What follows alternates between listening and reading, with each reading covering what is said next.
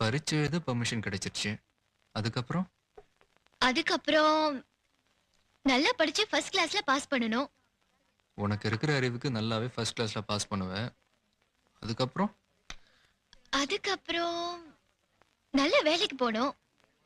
சரி, நல்ல வேலைக்கு போனதுக்கு அப்புறம் அப்புறம்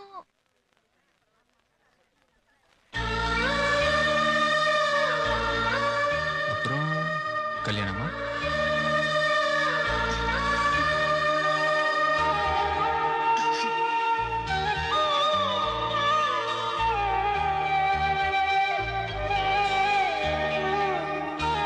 ஐயோ, ஐஸ்கிரீம் மாத்தி எடுத்துட்டேன்.